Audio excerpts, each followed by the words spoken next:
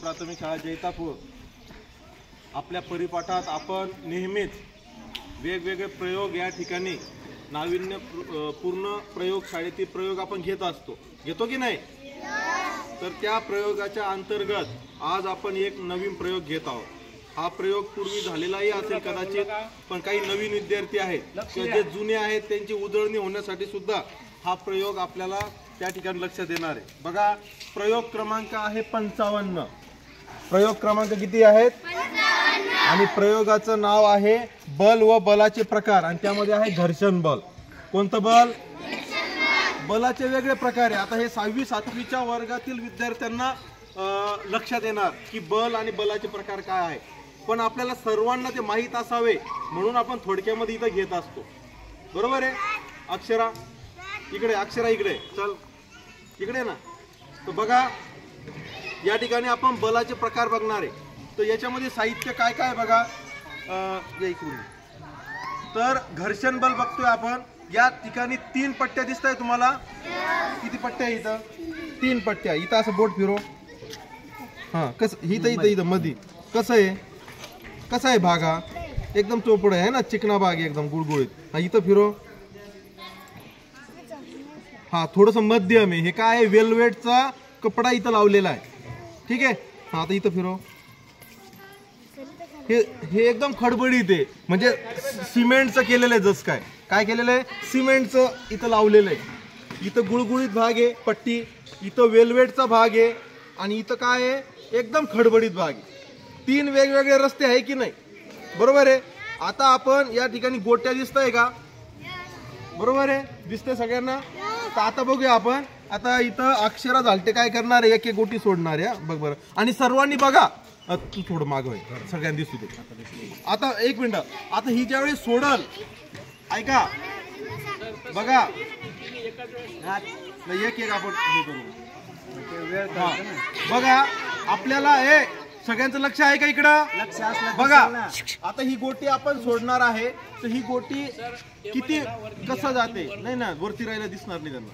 बघू, बघा बघा रे, नाही राहू दे, आपलं चुकतंय ना, हे असंच पाहिजे ते। हा सोड आता बघ, तूच सांग मला, जाऊ दे। बघ, ही सोड आता। बघा तिचा वेळ, हा ही थोडी कशी गेली, ही बघा आता। बघा, काय वाटलं तुला याच्यात कशी गेली ती गोटी? बरोबर, म्हणजे कशी फास्ट गेली, स्लो गेली? फास्ट आहे ना, इथं थोडीशी कमी, आणि इथं एकदम कमी वेगात। आता 3 एका वेळी सोडू आपण। हे पकड, इथं पकड। हे बघा, 3 एका वेळी सोडतोय आपण। बघा, 1 2 3 स्टार्ट। ही अडकलीच आहे रे, बघा। हा चला, खाली बसा जत्रा। हा खाली बसा, ऐका बसा। हा प्रयोग आपण वर्गात पाठवणार आहे, तिथं तुम्ही हा करून बघू शकता। आता याच्यातनं काही महत्वाचे भाग लक्षात घ्या। सगळ्यांचं लक्ष आहे का? 6वी 7वी झाले का? बघा इकडं तुम्हाला प्रश्न विचारले जातील, लक्ष द्या, लक्ष द्या, लक्ष द्या।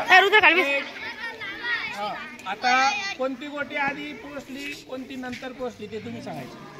अरे ही अडकली, काय आहे ही? अडकली, थोडं पुढे घ्यायचं। आता थोडं, आता लक्ष द्या, थोडं। हा आता लक्षात घ्या, इकडे बघा। याच्यामध्ये काय आहे सगळ्यात लक्ष आहे का? इकडे बघ, पहिले बस खाली, पहिली दुसरी बसा। तर काय होतंय आता, याचं उदाहरण जर आपण बघितलं तर मला सांगा, तुम्ही सायकलचं किंवा गाडीचं, कारचं टायर पाहिलेलं आहे? सर्वांनी पाहिलेलं आहे। त्याला काय असतात? खाचा असतात। काय असतात? खाचा का असतात? सटकू नये म्हणून, स्लिप होऊ नये म्हणून। त्यामुळे गाडी ही व्यवस्थित चालते। आणि काही दिवसानंतर, जास्त वापर झाल्यानंतर त्या खाचा कमी होऊन जातात। काय होऊन जातात? एकदम चोपडं होऊन जातं। बरोबर आहे? मग चोपडं झाल्यावर काय होतं? टायर बदलायला सांगतात आपल्याला। का? आता पावसाळ्याच्या दिवसात फार तकलीफ होती आहे की नाही? पावसाळ्याच्या दिवसात फार अडचण येते। मग घर्षण बल म्हणजे काय? त्या ठिकाणी जिथं घर्षण चांगलं होतंय त्या ठिकाणी ते व्यवस्थित चालतंय। अजून असे खूप उदाहरणं सांगू शकतात। आता आपण फळ्याचं बघू। फळाचं एकदम चोपडा राहिला तर खडून लिहिता येतंय का? आपल्याच वर्गातील बरेच असे फळे की मुलांचं तेल लागून बरोबर आहे. तेल लागू लागून थोडं चोपडं झालेलं आहे. तिथं लिहिता येतंय का? कारण तिथं घर्षण व्यवस्थित होत नाही. बरोबर आहे. आणि एकदम चांगला फळा राहिला तर चांगल्या पद्धतीने लिहिता येतं. तुम्ही पेननं वहीवर लिहितात, वहीचं पान जर एकदम असं थोडं खडबडीत राहिलं तर लिहायला खूप मजा येते, खूप चांगलं लिहिता येतं. ते पान जर एकदम चोपडं राहिलं तर बऱ्याच वेळेस लिहिताना पण आपल्याला थोडंसं हे जाणवतं. ते असे भरपूर उदाहरणं सांगू शकतात. आता हेच बघा आपलं, हे जे इथं सगळे लावलेले ब्लॉक, तर इथं बघा खाचे आहे समजा, याच्यामुळे आपल्याला चालायला सोपं जातं. बरोबर आहे. आणि हे ते एकदम प्लेन राहिलं असतं, ते एकदम गुळगुळीत, आपण सटकलो असतो. आपल्या चप्पल बुटाचं बघा, त्याला पण खालून काय असतात बघून घ्या, खाचे असतात. कशामुळं? घर्षण. आणि ते जर पूर्ण जर गुळगुळीत झालं तर काय होतं? श्रावणी, पूर्ण चप्पल जर गुळगुळीत झाली तर चालता येतं का? चालायला तकलीफ होती. म्हणजे किती सोपं आहे घर्षण बल. घर्षण म्हणजे कळालं का तुम्हाला? घर्षण म्हणजे काय? ती वस्तू आणि त्याचा जो वेग असतो, त्या वस्तूसोबत जो वेग असतो किंवा जी गती असते ती बदलत जाते. आलं लक्षात?